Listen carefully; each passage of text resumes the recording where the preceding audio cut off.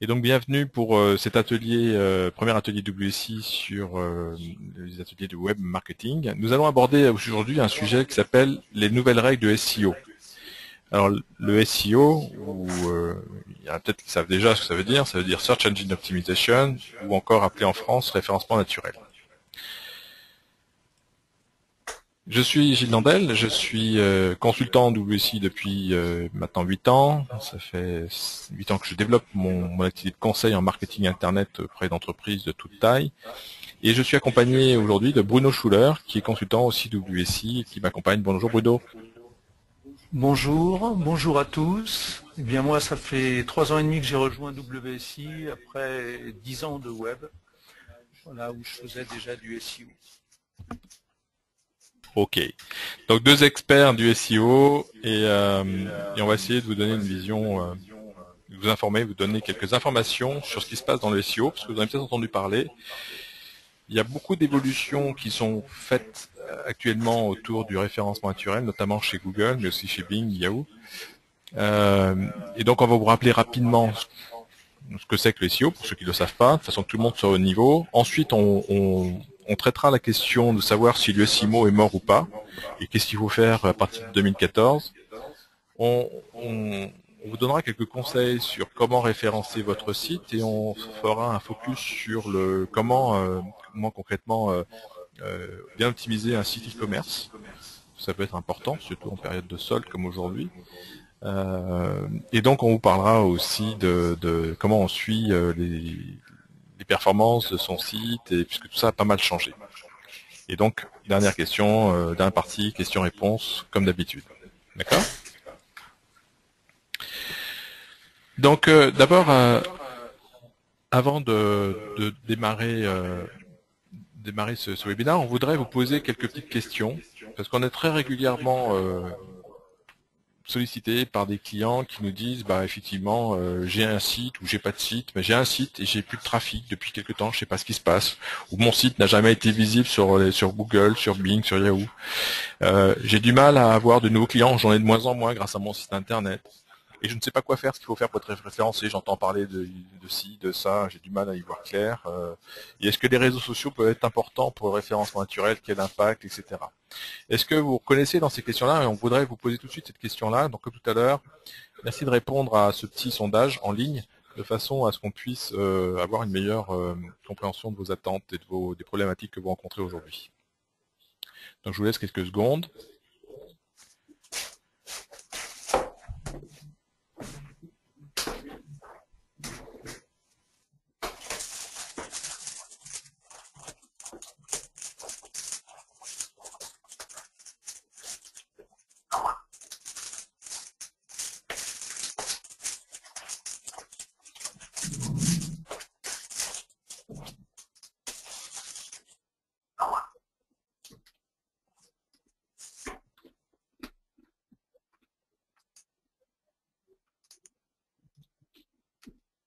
Ok, donc vous avez tous répondu, merci. Je vais vous... Ah oui, il y en a encore qui votent, encore quelques secondes alors. Ok, donc je pense que vous avez tous eu le temps de répondre à ces questions. Je vais vous partager avec vous les résultats. Ah, il y en a encore qui votent encore. Allez, stop. On n'arrête pas de temps. Et je vais vous partager les résultats. Donc en fait, les résultats sont intéressants, euh, puisque vous êtes 18% à pas avoir de site, 10% qui n'est pas visible, 21% qui n'arrive pas à gagner de nouveaux clients, 59% qui ne comprend pas comment être référencé, et 45% qui se posent des questions sur les réseaux sociaux. Donc merci en tout cas pour vos réponses. On va donc démarrer maintenant notre présentation.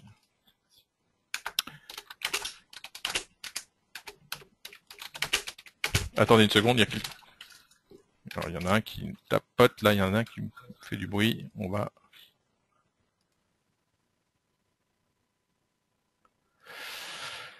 Allô, vous m'entendez? Ok. Tu m'entends Bruno? Et moi, Ouais, c'est c'est bon, bon aussi. impeccable, super, formidable. On a un petit problème de son, on a un parasite là, et donc je pense qu'on a réussi à régler ça. Ce sera plus confortable. Donc voilà, Donc déjà en 2009, vous voyez que cette slide date de 2009, on disait qu'aucune entreprise ne pouvait faire l'économie d'une stratégie en matière de recherche. Eh bien, c'est encore plus vrai aujourd'hui.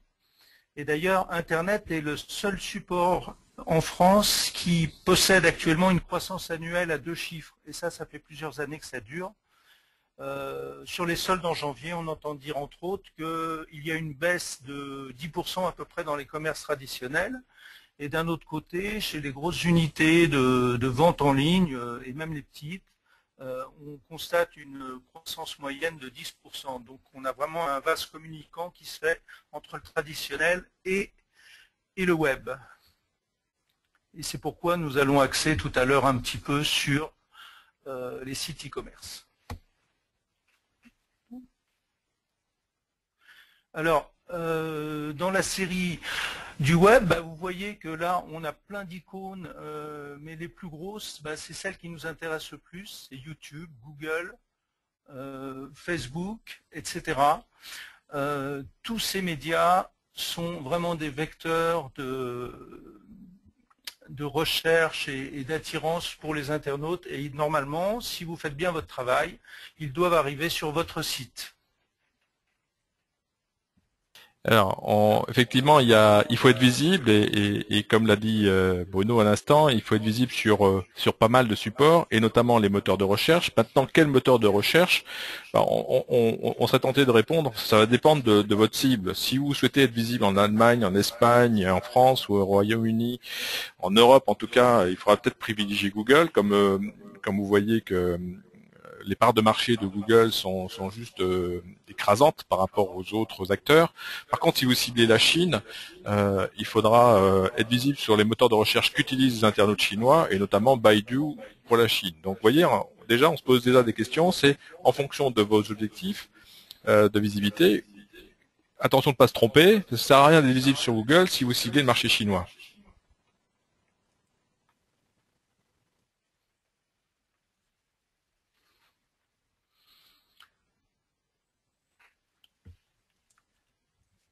Alors, le SEO, qu'est-ce que c'est? Où est-ce que ça se passe? Je pense que tous vous connaissez la notion d'AdWords qui se trouve en haut, ce que j'ai nommé ici Pay per click, PPC. On voit que les taux de recherche sont de 12% ou 13% suivant qu'on est sur les 3 premières du haut qui sont sur ce fond un peu jauni ou sur la colonne de droite.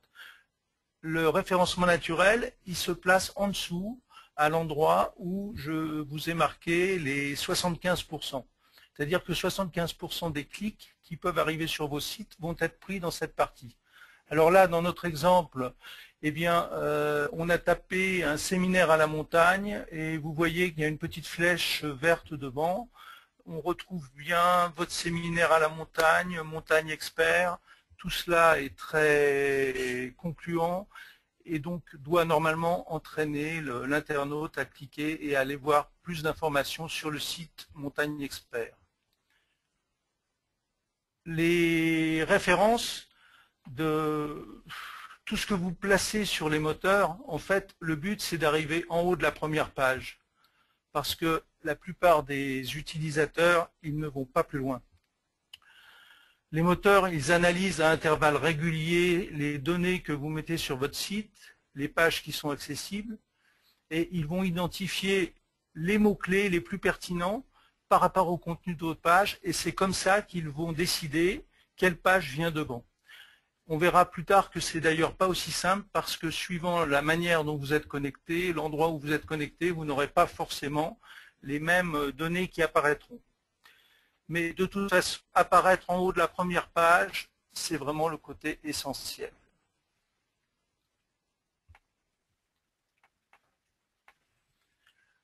Voilà, présentation des annonces. Dans AdWords, on a l'annonce qui est rédigée, que je vous ai remis là, donc pour la même occurrence que l'exemple précédent. Donc, séminaire montagne, c'est effectivement une annonce qui est sortie de AdWords, donc c'est du pay per click. En SEO, on a aussi besoin d'une annonce qui va apparaître. Alors, il faut être très soigneux pour rédiger cette annonce. le succès en dépend parce que ça suffit pas d'être en première page. Si les gens cliquent pas sur votre annonce parce que ça leur donne pas envie, le résultat il sera pas du tout au niveau de vos attentes. Donc je considère que cette donnée qui est issue de ce qu'on appelle la métadescription, c'est vraiment votre appel à l'action pour les internautes, c'est la première entrée de votre site. Donc à soigner impérativement. Oui, tout à fait, Bruno. Être visible, c'est bien, mais il faut aussi déclencher l'appel à l'action, ce que tu viens d'expliquer très, très brillamment. Hop, excusez-moi.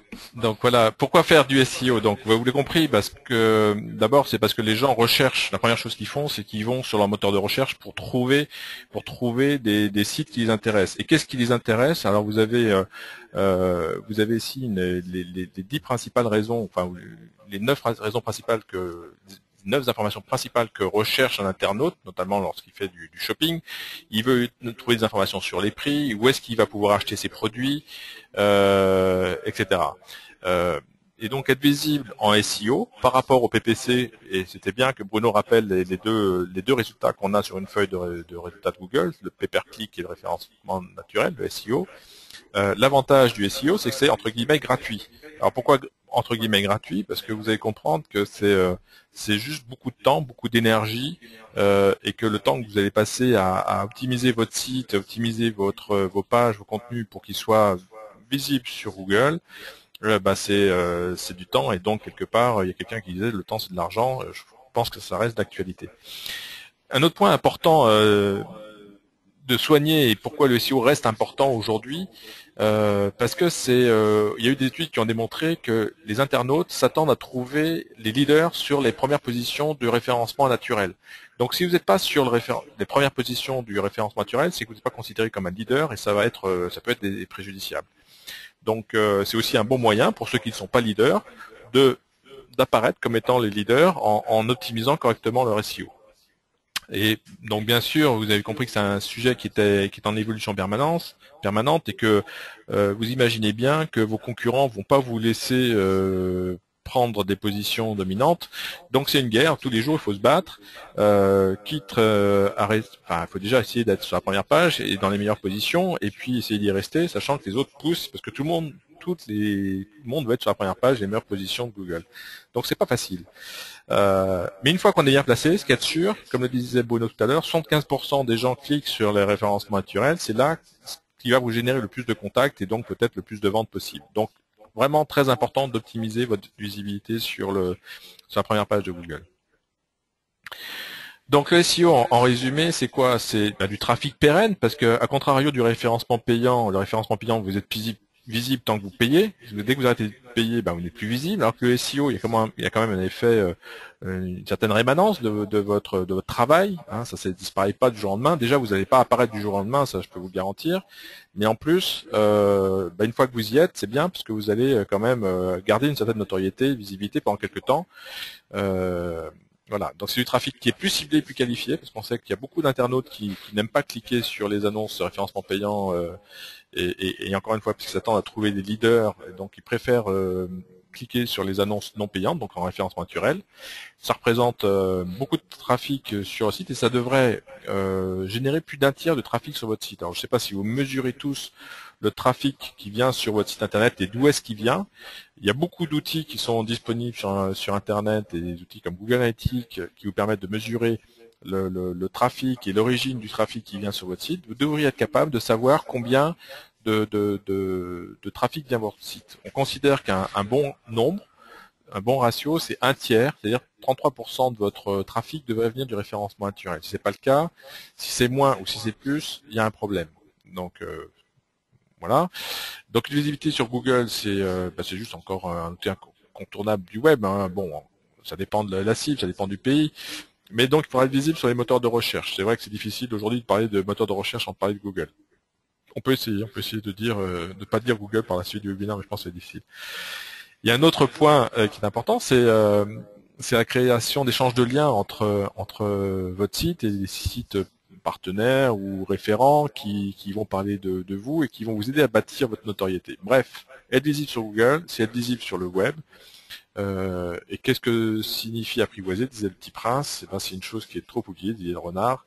Ça signifie créer des liens, et cette phrase prend tout son sens dans le monde du référencement naturel, parce que les liens, c'est quelque chose de très important. Les liens entre sites. Donc merci à Saint-Exupéry qui était vraiment très visionnaire à l'époque et que Google a repris à son compte. Donc Google, justement, Bruno, qu'est-ce que tu peux nous dire sur Google? Google, il fait la loi avec des algorithmes différents qui sortent au fil des mois, des années. Depuis 2011, ça a commencé avec Panda, et puis Penguin en 2012, EMD en 2012. Et fin 2013, on a eu la dernière évolution qui est vraiment là extrême sur le nouvel algorithme Hummingbird. Ok, on en parlera un peu plus tard, je crois. Okay. Mais en tout cas, c'est vrai que l'incidence de Google Panda et Google Penguin. Alors pourquoi Google fait ça Bruno? Moi, j'ai compris que Google avait mis en place ces algorithmes, ces évolutions, justement, fait la chasse aux tricheurs entre guillemets, qui arrivaient à être visibles sur Google sans avoir à payer. Donc évidemment, vous imaginez bien que Google, ça leur plaît pas, parce qu'ils veulent bien donner des tas d'outils gratuits pour vous aider à être visible et faire du bon boulot. Mais si vous essayez de les truander en essayant d'utiliser des techniques qui vont, ce qu'on appelle des techniques black hat, de chapeau noir, de tricheurs, de voyous, enfin bref, comme vous voulez.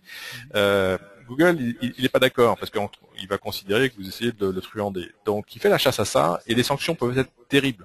Si vous faites attraper par Google à utiliser des techniques qui sont pas recommandées, et ben vous risquez d'être pénalisé. Et c'est ce qui se passe depuis 2013. On voit des tas de sites. Vous voyez la courbe en bas là, qui avaient commencé à développer une belle notoriété, et à cause de l'arrivée de Panda et de Penguin, ont vu considérablement baisser leur référencement, leur visibilité sur Google, parce qu'ils faisaient pas du bon travail. Et ça, je peux vous dire qu'il y a des tas de sites qui ont été pénalisés en 2013 et qui vont continuer à être pénalisés en 2014 avec l'arrivée de Colibri, comme on vient d'en parler. Bruno, et la suite de la mise en œuvre de Google Panda et de Penguin qui continue à se renforcer au fil du temps. Donc franchement, il y a eu un gros ménage de fait sur des tas de techniques qui sont maintenant juste interdites et qui pénalisent les sites qui utilisent ces techniques-là.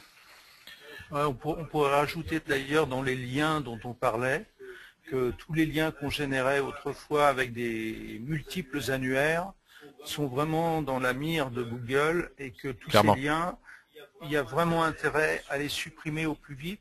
Quand le petit prince parlait de liens, c'est des liens ciblés entre des pages de même qualité et de même de contenance comparable, donc des sites complémentaires, etc. Mais surtout, oubliez d'aller mettre des liens n'importe où, n'importe comment. C'est pire que de ne pas en avoir. C'est clair, c'est clair. Alors à tel point que certains spécialistes du SEO se posent la question de savoir si c'est la mort du SEO. Michel Blanc a fait un article qui est assez intéressant là, que je vous invite à aller lire en détail.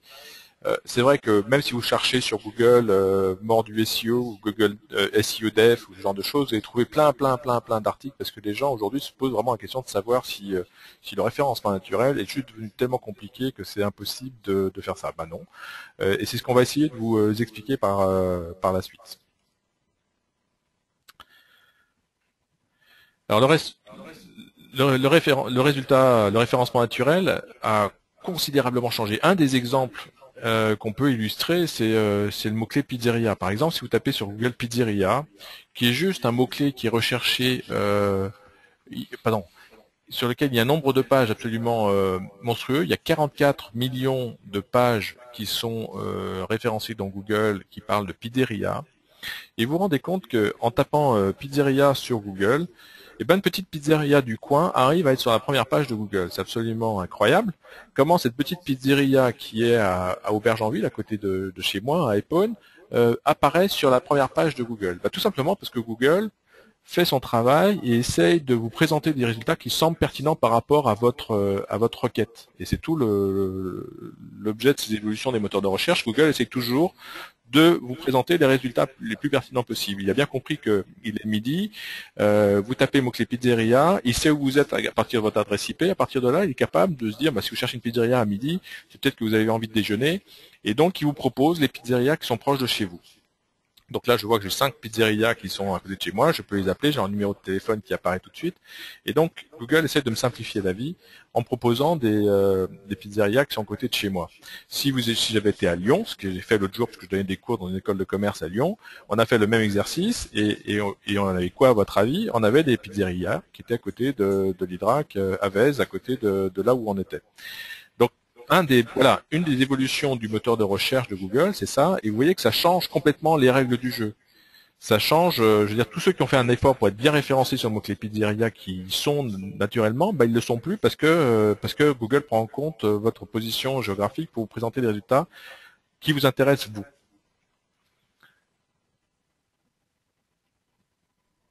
Alors, avec cette association de votre géolocalisation, etc., il y a Google+, qui remporte de plus en plus un intérêt incontournable au niveau du référencement. Au début, on a vu des +1 dans les pages web, et puis des posts directement donc en haut des pages sont venus compléter un petit peu tout ça. Et beaucoup de gens se moquaient de Google en disant qu'on était très très loin de Facebook, de Twitter, etc. Mais petit à petit, Google tire un petit peu parti de ça, et surtout les gens qui s'intéressent à Google+, parce que si vous faites votre référencement et que vous mettez vos pages dans Google+, que vous faites bien votre travail de ce côté-là, eh bien, vous allez récupérer un plus énorme, c'est vraiment le cas de le dire, du fait du référencement. Alors là, je vous ai mis un exemple avec cette... vous tapez Matt Cutts, donc le PDG de... Enfin, pas le PDG, mais le spécialiste du référencement, le dieu du référencement chez Google. C'est lui le responsable des évolutions. Et vous voyez, il y a sa photo à côté. Donc en fait, Google récompense tous les gens qui font les auteurs d'articles, de contenu. On vous l'a déjà dit, on vous le redit, le contenu c'est très important, donc c'est une manière de Google pour récompenser ça. Et puis aussi le fait d'avoir des pages qui sont référencées dans Google+, eh bien ça vous aide à remonter vers la première page, donc ça devient vraiment incontournable. Ouais, c'est vrai que Google Plus essaye de rattraper son retard par rapport à Facebook, clairement, et utilise un truc. Alors, est-ce que c'est une technique loyale ou pas, ça, à vous de juger. Mais en tout cas, clairement, ce qu'on constate, nous, en tant que professionnels du SEO, c'est que les gens qui travaillent une page Google Plus et mettent à jour régulièrement leur page Google Plus ont un plus par rapport à la visibilité de leur site, surtout si la page Google Plus et leur site est associée. Absolument. Donc voilà, autre évolution majeure, et là qui pénalise tous les gens qui aiment faire du SEO, et c'est ce qu'on appelle les not provided. Ça fait parler beaucoup dans le monde des spécialistes du référencement naturel, c'est que Google aujourd'hui cache les mots-clés qui génèrent du trafic sur votre site. Là, je vous ai mis un exemple extrait d'un compte Google Analytics d'un de nos clients, qui est un spécialiste du voyage au Vietnam, qui a beaucoup de trafic, et vous voyez que 86% de son trafic viennent de mots-clés qui sont, entre guillemets, not provided. Not provided, c'est-à-dire que Google nous dit, je vous dis plus quels étaient les mots-clés. Alors qu'avant, on avait une visibilité très forte, on savait exactement quels mots-clés généraient le plus de trafic, qui était le plus performant sur un site. Donc là, ça devient un peu compliqué pour les référenceurs, parce que on perd cette information. Et pourquoi Google fait ça? À votre avis, c'est parce qu'ils veulent nous pousser tous les clients, exactement, ils veulent pousser tous les clients et les spécialistes du référencement naturel vers AdWords, parce que c'est clairement là où vous pouvez contrôler votre visibilité. Ça, c'est un message fort de Google, c'est si vous voulez contrôler votre visibilité, le seul moyen que vous avez, c'est le référencement payant. Voilà. Bon, maintenant, le référencement payant, c'est 25% du trafic, il reste 75% du SEO, et il y a quand même des choses à faire en SEO, ne vous inquiétez pas. Alors justement, les choses à faire, on va vous les décliner les unes après les autres. Il y a 10 conseils forts à mettre en œuvre. C'est 10 règles d'or qu'on vous conseille aujourd'hui de mettre en œuvre dès aujourd'hui pour faire du SEO. Alors, avoir un site conçu dès le départ pour plaire à Google, façon de parler, mais c'est surtout un site bien architecturé dans lequel vous avez bien étudié vos mots-clés, vous êtes bien en phase avec le contenu que vous allez proposer. Il s'agit vraiment de cohérence. Mhm. Après, il faudra toujours quand même essayer de choisir les mots-clés que vous allez utiliser pour renseigner votre site. Alors, on parle de moins en moins de mots-clés. Google fait même maintenant la chasse à ça, en disant que ça sert plus à rien d'utiliser tout le temps le même mot-clé pour être visible sur ce mot-clé-là. Google maintenant fait du sémantique avec Google Colibri, et vous pouvez utiliser des synonymes. Et ça a comme effet, c'est que c'est plus facile à lire pour un lecteur lambda qui arrive sur la page. Donc c'est beaucoup plus agréable, parce qu'avant on avait des sites, quand on lisait, on se rendait vraiment compte, rien qu'en lisant quel mot-clé était travaillé, parce qu'il était répété plein de fois, il était mis en gras, il était dans les titres, dans les jingles. Donc là aujourd'hui, ce que Google cherche vraiment à rendre la lecture la plus simple possible. Reste néanmoins qu'il faut que vous essayiez d'identifier les mots-clés qui sont les plus pertinents. Et on vous donnera tout à l'heure des exemples, comment trouver les mots-clés. Oui, en plus, sur les mots-clés, on parle d'un mot-clé, mais il y a aussi tous ces synonymes, il y a tous les mots qui vont autour, et c'est cela qu'il va maintenant falloir mettre dans les pages, et non plus répéter 50 fois le mot-clé. Voilà, c'est fini l'assommoir, où on a du contenu qui n'est pas intéressant. Là, c'est ce que je vous explique là, si vous mettez 10 fois ou 15 fois le même mot-clé, vous allez vous faire bannir par Google, parce que votre page, elle n'est pas performante. C'est justement l'histoire du contenu pertinent et à jour de Hummingbird. Alors, Hummingbird, c'est quoi? C'est le dernier algorithme de Google qui s'attache à comprendre le sens de vos pages. Et là, ça devient vraiment complètement différent. Et c'est pour ça qu'on oublie cette notion de mots-clés simples. On passe vraiment dans du contenu. Il faut que la page, elle ait un sens. Et puis Google, il va se dire, bah tiens, cette page-là, elle est vraiment très représentative de ce sujet. Donc je la mets tout en haut. Ok, alors ça suffit pas, hein. Il suffit pas bien sûr que d'avoir du sens du contenu. Il faut aussi, ce que disait tout à l'heure le Petit Prince, avoir des liens. Et les backlinks restent très importants. Mais à contrario d'auparavant, c'est plus des liens en quantité, c'est des liens en qualité qui sont importants. Alors avant, c'est vrai qu'on pouvait faire, d'ailleurs, des petites blagues. On pouvait faire du Google bombing en mettant plein de liens qui associaient un mot-clé avec une page, qui avait pénalisé d'ailleurs George Bush et Nicolas Sarkozy à une époque. Aujourd'hui, ça reste possible, mais c'est moins facile, parce que ce qui est important, c'est les liens de qualité qui vont donc si vous parlez si vous avez, on prend l'exemple de notre pizzeria, si vous êtes une pizzeria à Lyon, etc., bah essayez d'avoir des liens vers des recettes, ou bien sûr les guides culinaires qui vont parler de vous dans leur page, et qui vont faire un lien vers votre site en parlant de la qualité de vos pizzas que vous faites dans votre restaurant. Donc ça, c'est des liens de qualité, c'est vachement cohérent, et c'est important.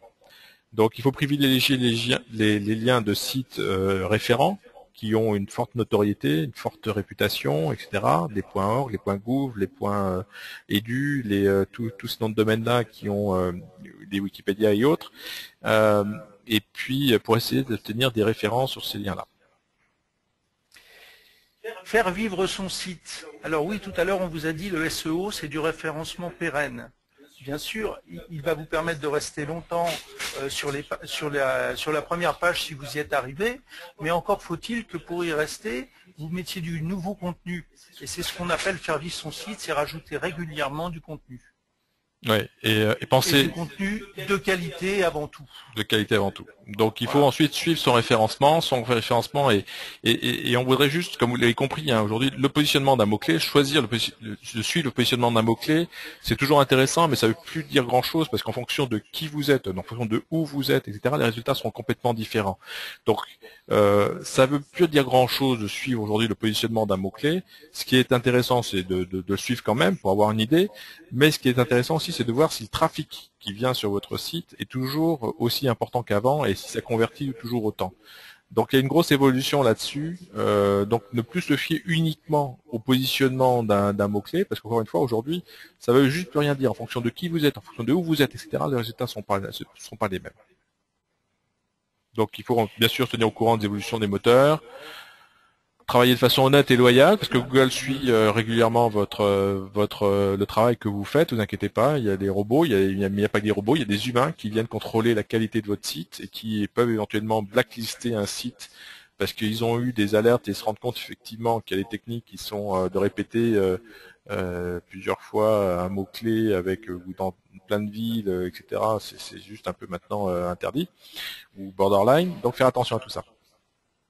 Et rester humble et 100 fois sur le métier remettre son ouvrage, je pense que c'est fort bien dit pour vous exprimer qu'en fait le référencement naturel, ça n'est jamais fini et qu'il faut tout le temps se remettre en question et essayer de faire encore mieux que ce qu'on a fait 10 jours plus tôt quand on a écrit la page, je reviens après, je recommence, etc. Et c'est un travail constant et incontournable. Alors il faut qu'on accélère parce que le temps passe vite. Donc on a des outils qui permettent d'obtenir, de regarder les mots-clés qui sont intéressants. Alors il reste un outil qui est juste essentiel, ça s'appelle Google Trends, que je vous invite à aller consulter. Et c'est assez simple parce que ça vous donne une idée vous pouvez comparer plusieurs mots-clés et voir ceux qui sont en train de se développer. Là on a un exemple d'un marché qui est en train de se développer, les locations de voitures entre particuliers. On voit que c'est un mot-clé qui est en train de décoller.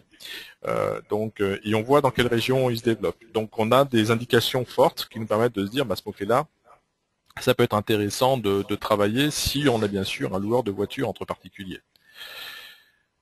On a encore d'autres outils, plein d'autres outils sur Internet, et ça, ce qui est magique avec Internet, c'est qu'on peut vraiment avoir plein d'informations sur l'évolution d'un mot-clé, sur la concurrence, sur quels sont les autres mots-clés qui peuvent être associés, sur l'évolution de la fréquence de ces mots-clés dans le temps, mois par mois, au fil du temps, sur le coût actuel du mot-clé sur le marché Google. Donc on a plein d'informations qui nous permettent d'estimer l'évolution d'un mot-clé et d'analyser la concurrence. Donc ça, c'est des choses qu'on a régulièrement, qu'on utilise quotidiennement pour tous nos clients, que ce soit en études préalables ou bien sûr ensuite gestion de projet. Donc on a un cas particulier. Maintenant, vous parlez de e-commerce. Alors, on va parler un petit peu d'e-commerce parce que je pense que c'est quelque chose qui est intéressant. Surtout en ce moment, période de solde, beaucoup de gens vendent sur le net. Alors, je vais vous prendre comme exemple l'activité d'un marchand de musique en ligne. Ce marchand de musique en ligne, bien sûr, il va rechercher des clients qui veulent acheter. Et c'est une des différences principales du référencement naturel d'un site plaquette avec un site e-commerce, c'est que là, je vais partir non plus à la recherche de donner des renseignements, mais je vais vraiment partir à la recherche de gens qui veulent acheter. Alors, la bonne stratégie, déjà, c'est de ne pas chercher des mots-clés trop simples. Alors, je vous ai pris un exemple qui, je pense, est très, très compréhensible. Je reste dans mon exemple de marché de la musique. Vous avez un internaute qui cherche une guitare électrique. En fait, s'il recherche juste une guitare électrique, c'est qu'il n'a pas d'idée sur ce qu'il va acheter. Si par contre il cherche Fender Stratocaster, là je vous donne la marque et je vous donne le modèle, ou bien guitare Fender, je vous donne le genre et la marque, ou bien Fender Stratocaster Sunburst, là je vous donne à la fois la marque, le modèle et puis la couleur, et enfin la phrase la plus intéressante, ça va être acheter Fender Stratocaster Sunburst. Et là vous êtes au top. Si cette phrase-là vous la faites sortir comme je vous ai montré tout à l'heure, dans la métadescription et le titre en haut de la page de Google, vous avez toutes les chances que les gens qui veulent acheter une guitare, ils viennent chez vous. Et vous avez un site e-commerce, c'est pour vendre. Donc là, déjà, il y a une bonne partie du travail qui est fait. Après, votre site, il n'a plus qu'à l'entraîner dans une spirale infernale, enfin infernale non, mais dans une spirale où il va complètement craquer et commander sur le moment. Alors, on va prendre un autre exemple. Je vais vous prendre un exemple qui est difficile de par le fait que ce sont des images.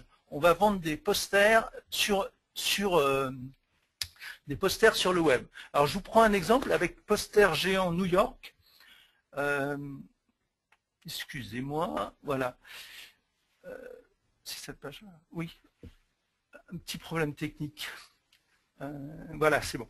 Donc, j'ai pris ici, on voit une annonce en bas de page. Tu peux cliquer une fois. Voilà, merci.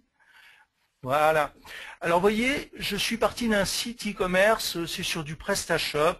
On a une catégorie qui s'appelle Poster géant New York. Je rentre un petit peu dans le détail et vous voyez, il y a 3 flèches vertes, il en manque une en bas. Voilà, il y a 3 flèches vertes qui vous donnent à la fois l'annonce du produit qui s'appelle Penthouse, c'est l'annonce en haut. La deuxième, c'est la catégorie, c'est-à-dire Poster géant New York, celle que vous voyez aussi marquée à gauche. Et la troisième, enfin, c'est celle du site.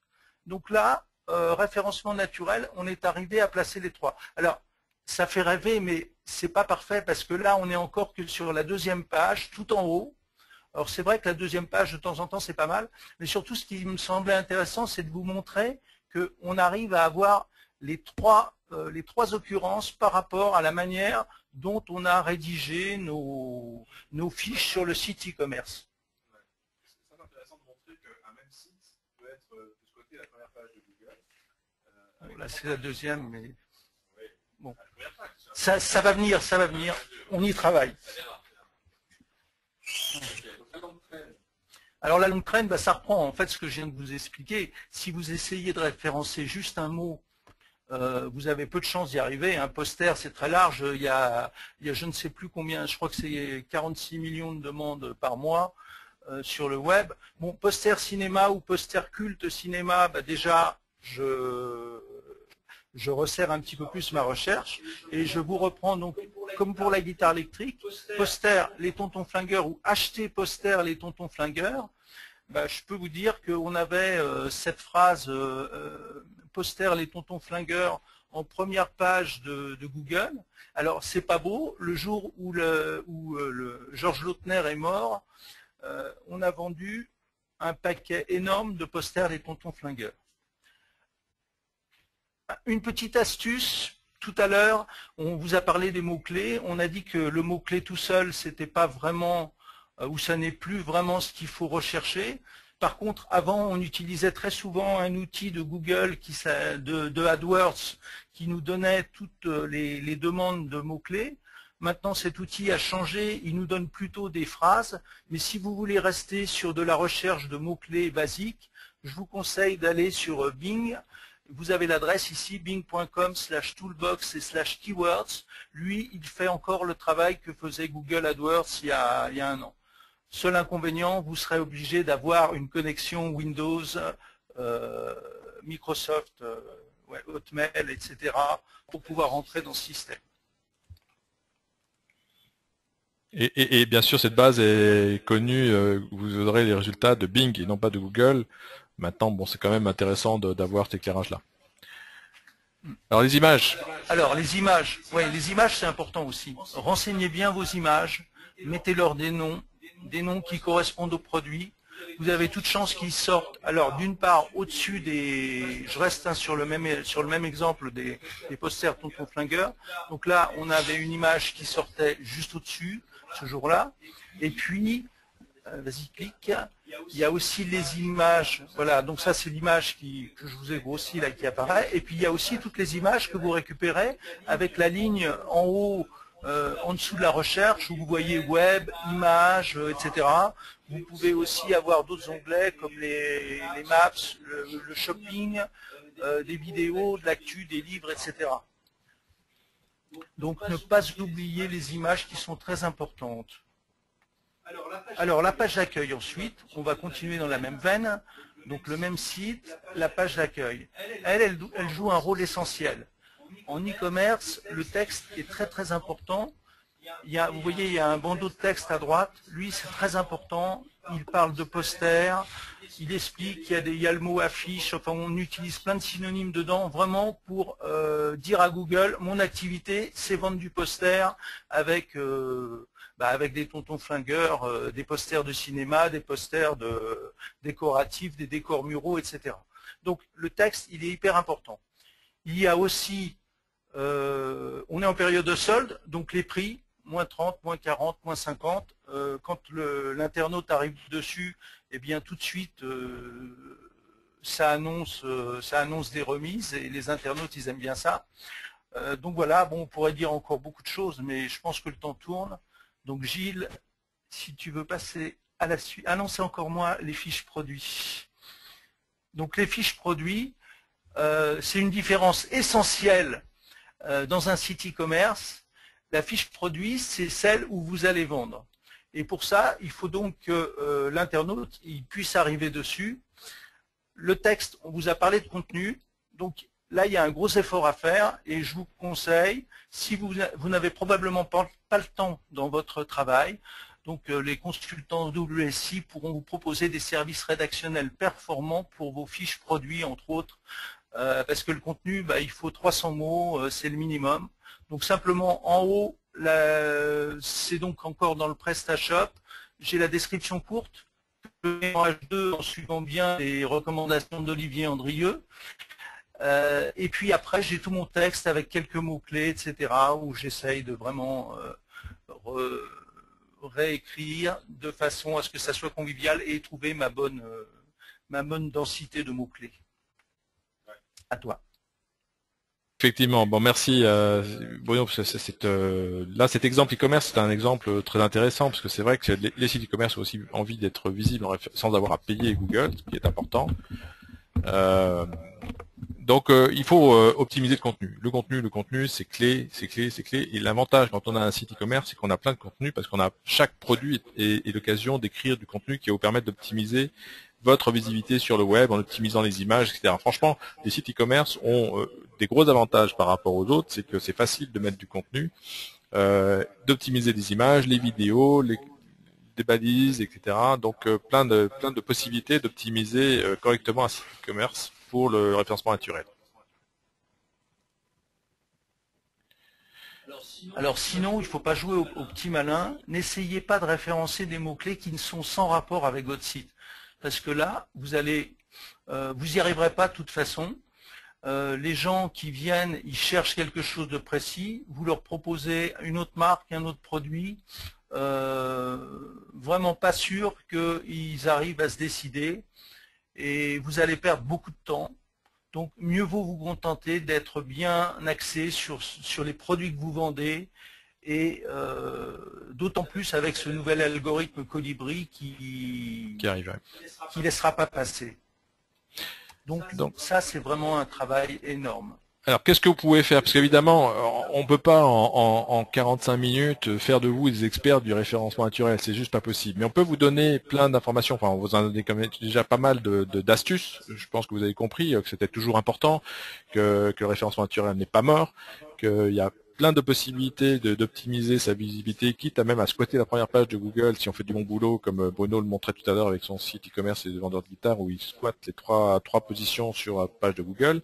Donc on peut faire mieux. On a vu des exemples, on avait parfois 5-6 résultats d'un client qui était sur la première page de Google. Donc vous imaginez la performance de ce site à terme.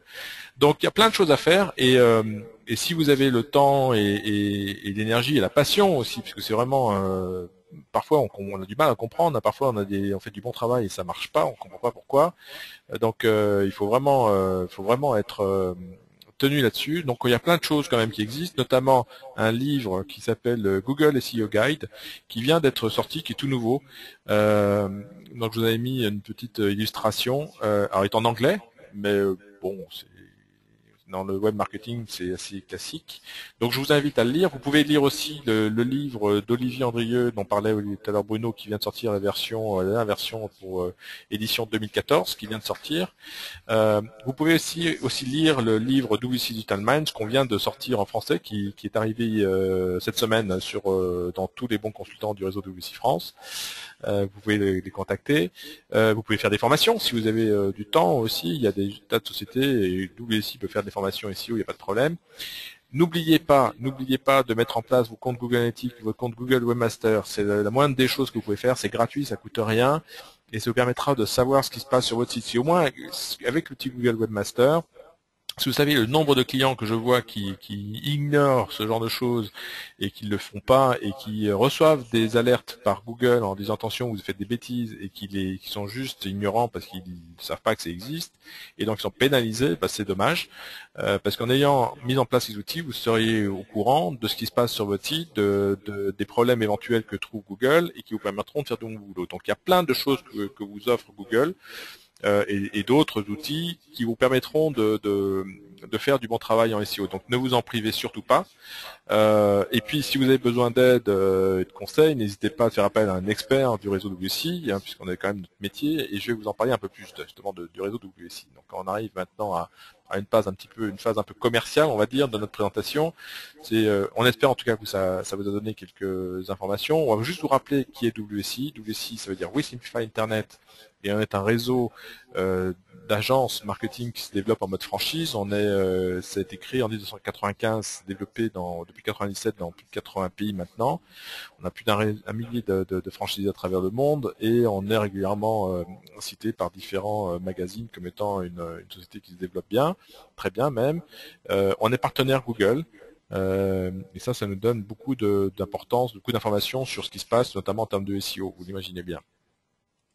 Donc on est présent dans plus de 80 pays, le siège est à Toronto au Canada, en France on est un réseau qui se développe et on a structuré notre offre de façon à pouvoir répondre à l'ensemble des besoins d'une entreprise qui veut se développer sur le web. On ne fait pas que du SEO, en fait on est capable de couvrir l'ensemble d'une problématique digitale d'une entreprise, de la stratégie en amont, la réalisation de sites, la génération de trafic, en référencement naturel, référencement payant, emailing et autres, tout ce qui est la problématique réseaux sociaux, et maintenant la partie mobile, tout en se focalisant bien sûr sur deux aspects importants, deux briques essentielles de tout ce qu'on fait, la mesure de performance et la démonstration du retour sur investissement, qui sont les deux éléments clés qu'attendent nos clients aujourd'hui. Donc le réseau WSI France, on a plus de 50 franchisés en France, donc il y en a forcément un près de chez vous. Et ils utilisent tous la même méthodologie. On travaille en réseau, et tous la même méthode, qui commence par une phase de découverte, analyse de la situation, où est-ce que vous êtes, vos concurrents, votre marché, etc. Comment est votre site, ce qui est bien fait, pas bien fait, etc.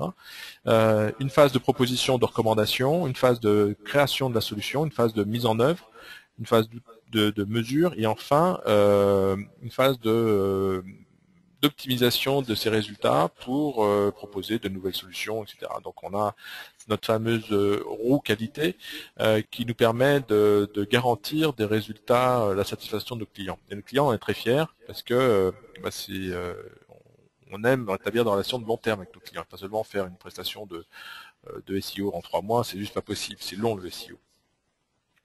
Voilà, on a des outils, bien sûr, nos outils propres qui nous permettent de suivre le travail qu'on fait, de générer des rapports pour nos clients en termes de suite, de visibilité et d'autres, se comparer par rapport à la concurrence. On a plein de solutions qui nous permettent d'analyser si le site est bien fait, pas bien fait, quels sont les points forts, les points faibles. Savoir si le site est bien fait pour le SEO. On a un outil qui s'appelle le WebScan qui permet de ça. Et je voudrais vous parler d'une nouvelle offre qu'on vient de lancer qui est en train de se lancer, même qui est toute nouvelle, qui s'appelle le Adaptive SEO. Parce que vous l'avez compris, le SEO, ça évolue en permanence. Et il y a des sociétés qui étaient spécialisées dans le SEO qui ont juste disparu. Parce que ils n'ont pas réussi à évoluer. Donc nous, WSI, on fait ça depuis 1995. On a compris l'évolution de ces métiers-là et on a la chance d'avoir des spécialistes qui nous informent et qui font évoluer nos savoir-faire sur le SEO. Et aujourd'hui, ce qu'on peut dire sur le Adaptive SEO, c'est que c'est une combinaison de trois actions fortes. Le contenu, tout ce qu'on appelle le SEO traditionnellement, un site bien fait, des balises achats, description, tout ce qu'on vous a déjà présenté, le contenu, et un troisième nouvel entrant qui arrive, qui est l'impact sur les réseaux sociaux, dont on a parlé tout à l'heure Bruno avec Google+, mais il n'y a pas que Google+, il y a Facebook, il y a Twitter, il y a tous ces médias sociaux qui vont interagir avec votre site et qui vont donner des interactions et donner des signaux forts à Google, savoir si votre contenu est intéressant, pertinent, et il est retweeté, reliké, etc. Donc tout ça, cette combinaison de ces trois leviers, le contenu, le SEO traditionnel et le social media, donne les piliers de notre nouvelle offre qui s'appelle Adaptive SEO et qui permet donc d'améliorer sur le long terme les résultats en référencement naturel pour optimiser votre taux d'impression, votre nombre de gens qui vont cliquer sur votre site et donc à terme le nombre de conversions, voire de leads.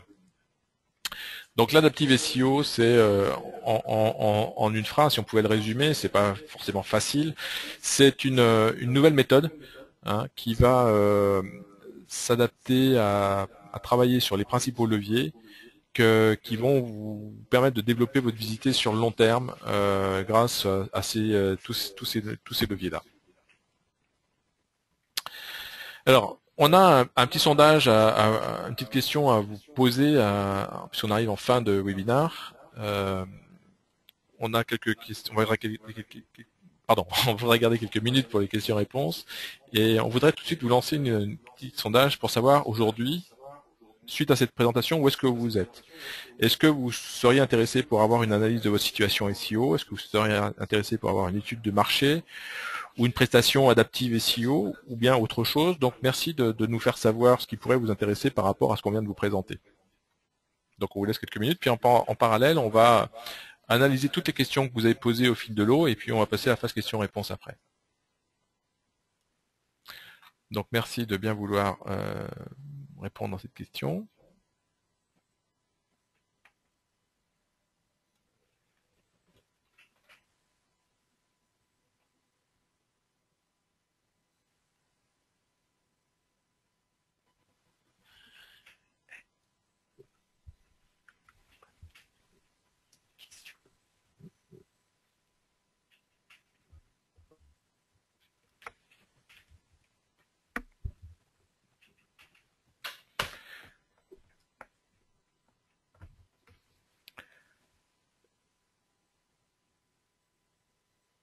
Ok, donc je pense que vous avez eu le temps de répondre. Merci, merci à vous. Nous, on a bien sûr regardé les questions que vous avez posées.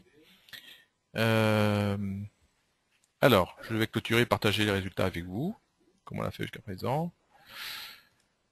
Alors, voilà les résultats. Vous êtes 47% à nous indiquer que vous souhaiteriez avoir une analyse de votre situation SEO, 32% intéressés par une étude du marché de la concurrence, 11% par une prestation SEO et 21% à une autre prestation que vous avez eu la gentillesse de nous préciser dans la chatbox. Merci à vous tous.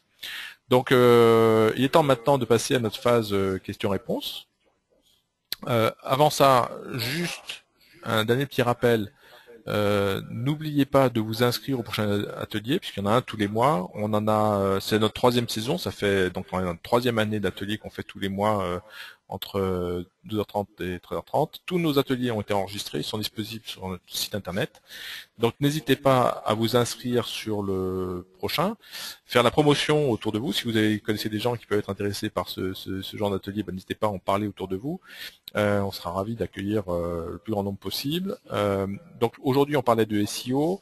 Le mois prochain on parlera de SMO, donc l'importance des réseaux sociaux, et donc vous avez bien compris que c'était complètement lié au SEO, puisque l'interaction avec les réseaux sociaux est maintenant de plus en plus importante pour le référencement naturel. Donc ça va donner une bonne continuation de ce qu'on vient de vous présenter aujourd'hui. Donc inscrivez-vous dès aujourd'hui si vous n'êtes pas encore inscrit pour le prochain atelier. N'hésitez pas à aller visionner tous les webinaires qui ont été enregistrés précédemment. On a parlé de marketing de contenu, on a parlé de tous les sujets dont on vient de reparler aujourd'hui dans le SEO. Donc tout ça c'est disponible sur le site internet et n'hésitez pas à vous faire plaisir, à aller visionner ça et bien sûr nous faire part de vos commentaires, vos avis sont importants, on aimerait avoir vos réactions. Donc pendant ce webinaire, vous avez été nombreux à participer et à nous poser des questions. Donc que je suis en train de lire et que je vais traiter pendant les minutes qui nous restent. Bonjour, donc ça c'est gentil, merci à vous tous de dire bonjour. Question. Donc oui, le webinaire, donc Vincent demande si le webinaire est enregistré, donc oui, le webinaire sera enregistré et vous pourrez le visionner comme les autres précédemment, il n'y a pas de souci. Voilà.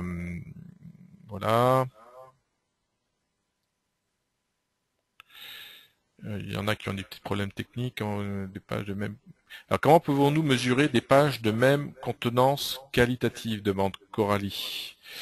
Bonne question. Ça mériterait d'être... alors, pour effectuer des liens entre les différentes pages.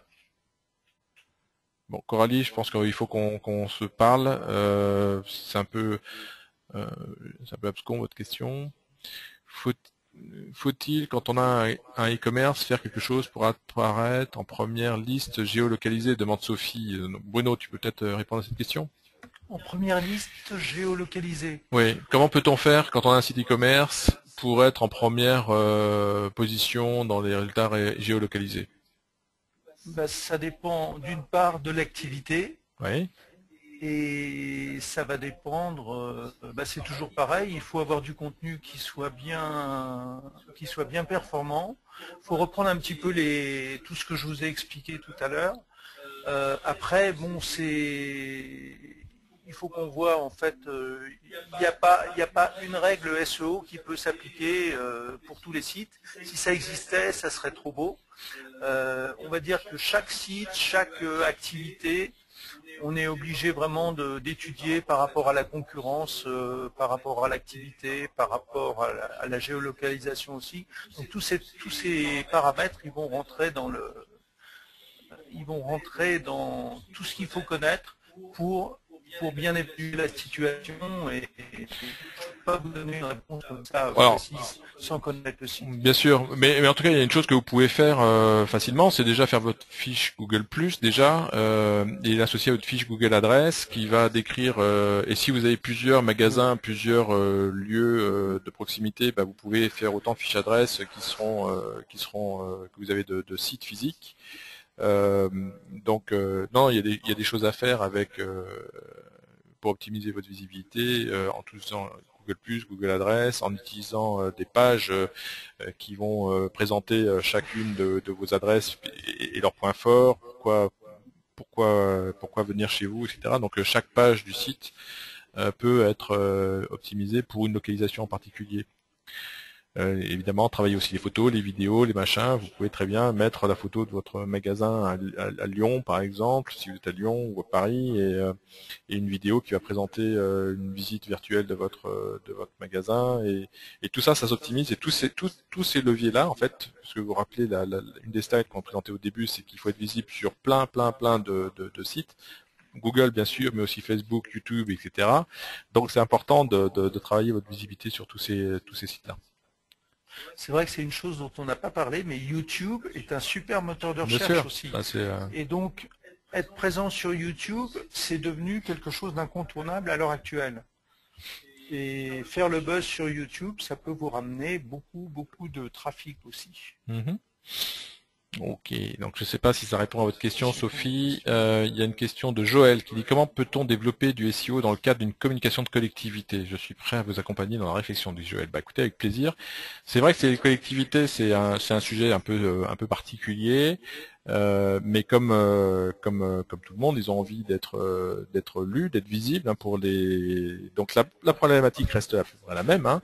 C'est-à-dire que vous souhaitez être visible.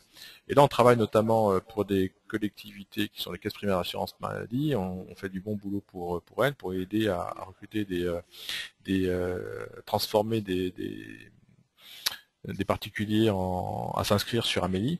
Donc oui, il y a des choses à faire en SEO, même pour les collectivités, parce que vous avez du contenu. Ce contenu, il faut le rendre visible. Et comment on fait pour le rendre visible? On fait du SEO, on fait tas de choses. Donc oui, on peut vous aider là-dessus si vous avez un projet et si vous nous aider à travailler sur cette réflexion-là, avec plaisir, Joël. Merci. Quel est le niveau d'importance d'un blog dans le SEO? Demande Philippe. Alors, Bruno, tu réponds? Tout à l'heure, on parlait du côté pérenne, remettre régulièrement de l'actualité, du contenu. Le blog, c'est fait pour ça. D'ailleurs, maintenant, la plupart des sites, si on considère tous les SMS, c'est à la fois des sites et des blogs. Ouais. Et la partie blog, c'est vraiment la partie actualité. C'est avec ça que vous allez faire vivre votre site. Je dirais que pour moi, le blog, c'est le site, en fait. C'est vraiment la partie importante, celle dans laquelle toutes les semaines vous allez rentrer une page, un article, mettre des infos complémentaires. Et là aussi, il va falloir bien optimiser ce que vous mettez dedans.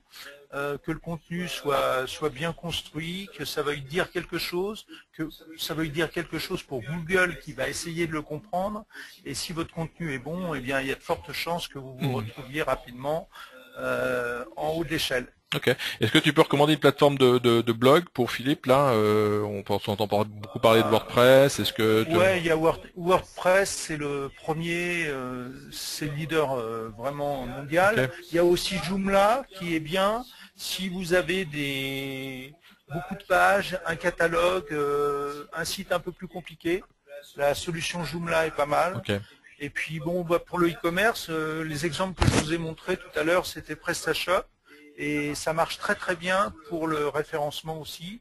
Il est vraiment conçu par rapport, il comporte à l'intérieur la plupart des données bien organisées et faciles à gérer pour que ça communique avec les moteurs de recherche.